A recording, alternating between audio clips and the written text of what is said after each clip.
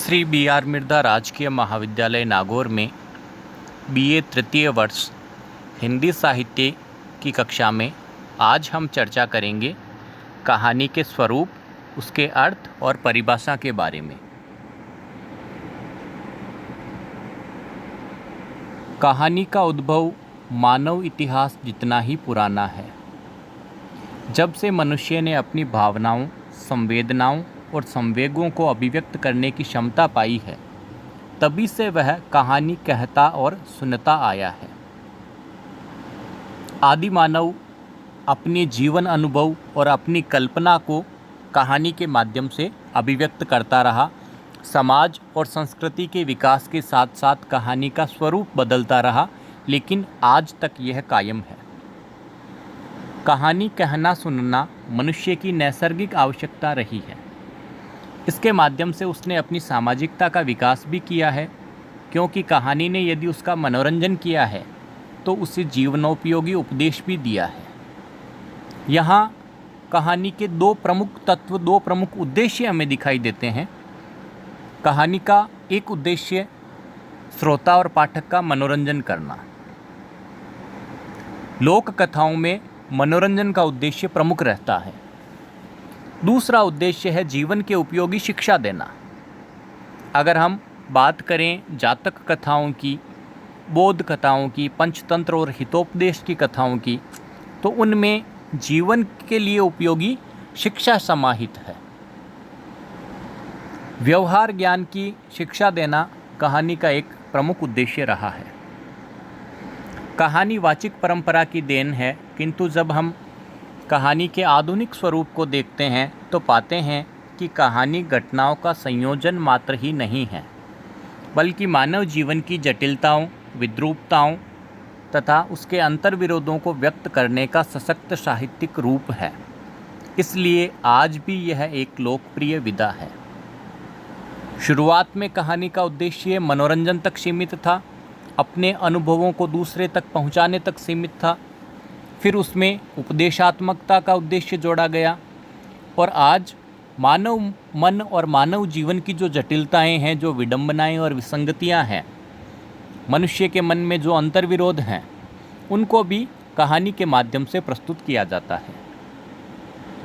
हिंदी कहानी जिस स्वरूप में आज हमारे सामने है, वह निश्चय ही पश्चिम की शॉर्ट स्टोरी के अनुकरण पर विकसित हुई, किंतु भारत के प्राचीन साहित्य में हमें कहानी के अनेक रूप मिलते हैं। जैसे कल्पना तत्व की प्रधानता से युक्त कथा कहानी का ही रूप था, जिसे साहित्य दर्पणकार ने गद्य काव्य का वह प्रभेद माना है जिसमें सरस इतिवृत्त की रचना होती है। जैसे बाण भट्ट की कादंबरी में एक तरफ ऐतिहासिकता का अंश है, दूसरी तरफ उसमें लेखक की कल्पना भी है। कल्पना और वास्तविकता दोनों का संतुलित समन्वय हमें कथा के रूप में देखने को मिलता है। जिस साहित्य रूप का इतिवृत्त ज्ञात हो एवं सत्य हो, उसे आख्यायिका कहते हैं। जैसे हर्षचरित्र, आख्यायिका से शब्द बना आख्यान, जिसका एक रूप हमें भक्ति काल में प्रेमाख्यान के रूप में मिलता है।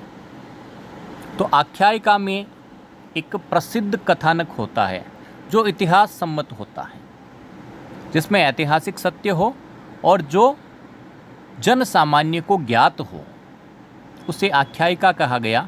जैसे हर्षचरित्र।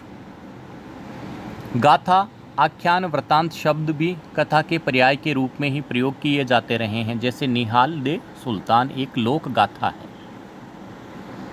गाथा को गाया जाता था, और लोक गाथा यानी जो जन जीवन में प्रचलित रही ऐसी कथा, जिसे संगीत के माध्यम से अभिव्यक्त किया जाता था। तो इस तरह की अनेक गाथाएं हमें अपने समाज में देखने को मिलती हैं। लेकिन गाथा, आख्यान, वृतांत, इन सब रूपों में कहानी के शुरुआती तत्व मिलते हैं। आज जिस रूप में हम हिंदी कहानी की बात करते हैं, वो रूप इनसे काफ़ी हटकर है। यह रूप अपने स्वरूप, रचना विधान और प्रक्रिया में इन सब से भिन्न है। और आधुनिक कहानी को इनसे अलग करके ही समझा जा सकता है। अंग्रेजी की शॉर्ट स्टोरी के लिए बंगला में गल्प नाम प्रचलित हुआ। इस प्रकार हिंदी कहानी बंगला के माध्यम से अंग्रेजी से आई। आधुनिक हिंदी कहानी का विकास बंगला गल्प साहित्य की तर्ज पे हुआ और बंगला गल्प साहित्य पर हमें अंग्रेजी के शॉर्ट स्टोरी का प्रभाव देखने को मिलता है। तो हम ये कह सकते हैं कि अप्रत्यक्ष रूप से हिंदी की आधुनिक कहानी पश्चिम जगत के शॉर्ट स्टोरी से प्रभावित है। कहानी का आधुनिक स्वरूप मानव जीवन का विश्लेषण करता है, इसलिए मुंशी प्रेमचंद ने कहानी के विषय में लिखा है, कहानी एक रचना है जिसमें जीवन के किसी अंग या किसी एक मनोभाव को प्रदर्शित करना ही लेखक का उद्देश्य रहता है। उसके चरित्र, उसकी शैली, उसका कथा विन्यास सब उसी एक भाव को पुष्ट करते हैं। परिभाषा से स्पष्ट है कि कहानी एक लघु रचना है। उपन्यास की तुलना में इसका कलेवर संक्षिप्त है और इसमें जीवन के किसी एक अंग, किसी एक मनोभाव या एक घटना को ही अभिव्यक्त किया जाता है। जीवन का समग्रता से निरूपण हमें उपन्यास और महाकाव्य में मिलता है। आधुनिक कहानी के जनक एडगर एलन पो मानते हैं कि कहानी ऐसी रचना है जिसमें एक केंद्रीय वस्तु हो जो एक बैठक में पढ़ी जा सके। ये बहुत महत्वपूर्ण है कि कहानी का आकार संक्षिप्त होता है। एक बैठक 10, 20, 30 मिनट में उसको बैठ के पढ़ा जा सकता है। जो मौलिक हो, जो उत्तेजित या प्रभावित करने की क्षमता से युक्त हो और जिसमें प्रभावान्विति की विशेषता हो। सार रूप में हम ये कह सकते हैं कि कहानी लघु आकार वाली वह गद्यात्मक विधा है जिसमें लेखक मानव मन या मानव जीवन की किसी महत्वपूर्ण संवेदना या स्थिति को कलात्मक ढंग से अभिव्यक्त करता है। कहानी कला के प्रमुख तत्व अथवा कहानी का रचना विधान। आमतौर पे प्रश्न पूछा जाता है कि तात्विक आधार पर इस कहानी की समीक्षा कीजिए। कई बार किसी एक तत्व को लेकर पूछा जाता है कि संवाद योजना के आधार पर उसने कहा था कहानी की विशेषताएं बताइए। तो कहानी के जो तत्व हैं उनके बारे में हम बात करेंगे। कहानी एक महत्वपूर्ण साहित्यिक विधा है जिसमें वास्तविक जीवन के यथार्थ तथा मानव के अंतर्मन की जटिल चेतना का विश्लेषण होता है। कथा समीक्षकों ने कहानी के मूल्यांकन के लिए उन प्रमुख आधारों को खोजा है जिन पर कहानी का रचना विधान खड़ा होता है। इन्हीं आधारों को कहानी के तत्व के नाम से अभिहित किया गया है। शास्त्रीय समीक्षा द्वारा निर्धारित कहानी के प्रमुख तत्व माने गए हैं। पहला तत्व है कथा वस्तु या कथानक। वह घटना या कथा जिस पर कहानी का ढांचा निर्मित होता है कथा वस्तु कहलाती है। दूसरे शब्दों में कहें तो ये एक प्लेटफॉर्म है जिस पर कहानी का निर्माण होता है। कथा वस्तु का चयन कहानीकार मानव जीवन के किसी भी पक्ष से कर सकता है। वह मानव जीवन से कथानक का चयन कर उसे कल्पना एवं मर्म स्पर्शी अनुभूतियों से सजाता है। प्रमुख घटना को अनेक घटनाओं से जोड़ता है। वह कथानक को संभाव्य और रोचक बनाते हुए अपनी मौलिक दृष्टि प्रदान करता है तथा सारे कथानक को ऐसा व्यवस्थित एवं सुगठित रूप देता है कि वह पाठकों को रोचक और कौतूहलवर्धक लगता है।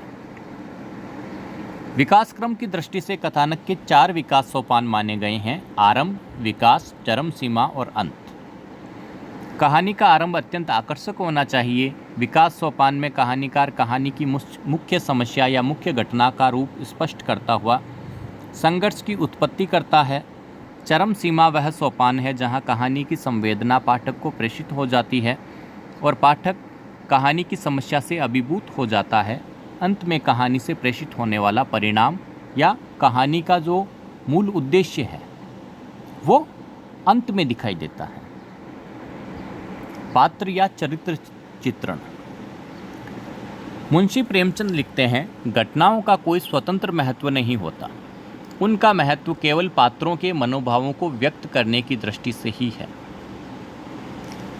इसका अर्थ है कि कहानी में वे पात्र प्रमुख होते हैं जिनके इर्द गिर्द कथा वस्तु घूमती है।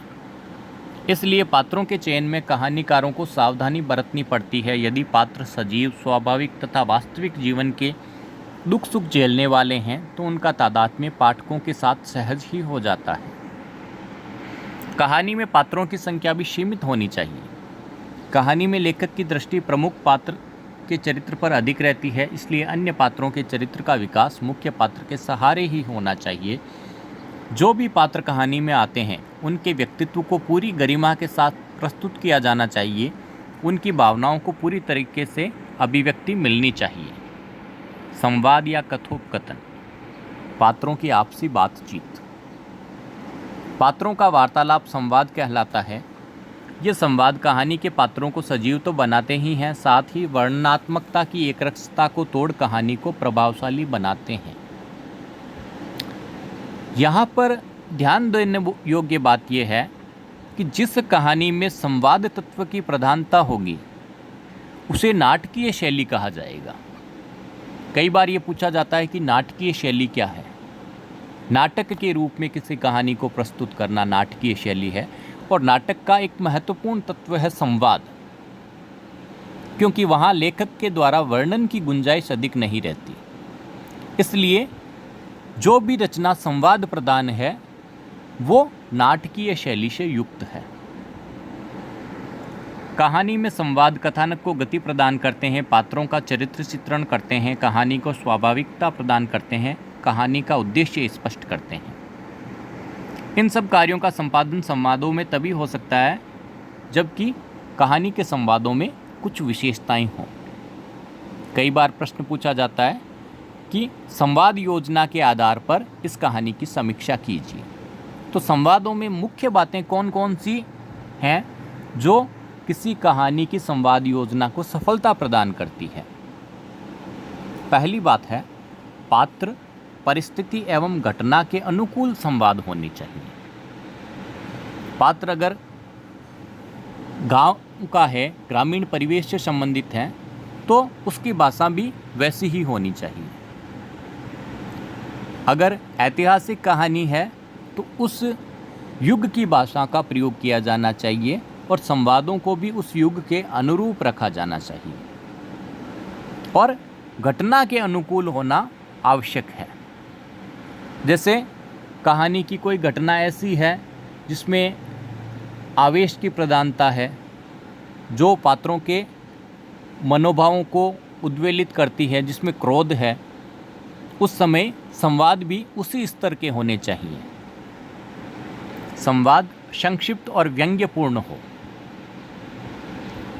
आकार में लघु हो लेकिन व्यंजना से पूर्ण हो। यहाँ व्यंग्य का अर्थ है कि सरस हो और पाठक अपने मानसिक स्थिति के अनुसार उसके अलग अलग अर्थ भी निकाल सके। संवाद कथानक को गति देने वाले होने चाहिए, यानी संवादों से कथानक आगे बढ़ता रहे, और चरित्र को उभारने वाले होने चाहिए। कहानी में जो पात्र है उनकी चारित्रिक विशेषताएं संवादों के माध्यम से प्रकट होनी चाहिए। साथ ही संवाद सरल और स्पष्ट होने चाहिए। देश काल और वातावरण। वातावरण का अर्थ है उन सभी परिस्थितियों का चित्रण करना जिनमें कहानी की घटनाएं घटित हो रही है तथा जिनमें कहानी के पात्र सांस ले रहे हैं। पात्र और उनके चारों ओर पदार्थों का संबंध बहुत गहन होता है। उनका चित्रण न केवल पात्र की मानसिक स्थिति को उद्घाटित करने में सहायक होता है, वरन सही वातावरण किसी भी कहानी को विश्वसनीय भी बनाता है। वातावरण में बाह्य और आंतरिक वातावरण हो सकते हैं। आंतरिक वातावरण में पात्र की मनोदशा है। बाह्य वातावरण में दो तरह के वातावरण हैं, एक भौतिक, दूसरा मानव निर्मित। एक प्राकृतिक वातावरण है जो प्रकृति के रूप में हमें प्राप्त होता है, दूसरा मानव निर्मित वातावरण जिसमें मनुष्य का रहन सहन, उसकी परंपराएं, उसकी संस्कृति, कला आदि सब बातें आती हैं।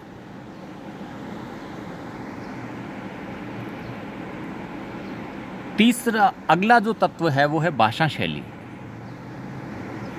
इस तत्व का संबंध कहानी के कथ्य के प्रभावशाली संप्रेषण से है। कहानीकार की सफलता इसी में है कि कहानी को इस प्रकार प्रस्तुत किया जाए कि पाठक पर उसका अपेक्षित प्रभाव पड़ सके।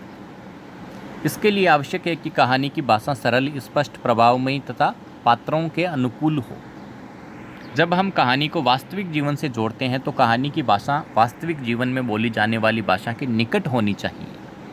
यह तभी संभव है जब कहानीकार भाषा के कृत्रिम रूप की अपेक्षा सहज रूप को स्वीकार करे। शैली के बारे में कुछ प्रमुख तत्व हैं कि शैली में सजीवता, रोचकता, संकेतात्मकता तथा प्रभावात्मकता आदि बातें होनी जरूरी हैं।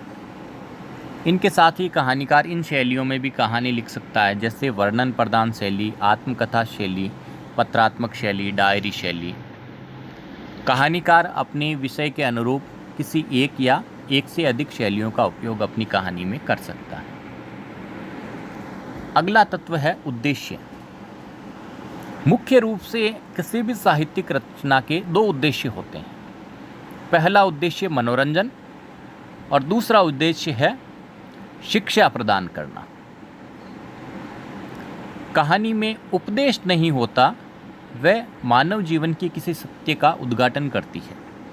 आधुनिक कहानीकार इस बात को महत्व नहीं देता कि वह कहानी के माध्यम से पाठकों की वृत्तियों का उन्नयन करे, लेकिन कहीं न कहीं वह कहानी में पाठकों को प्रभावित कर उनके संवेगों को जगाता तो है ही।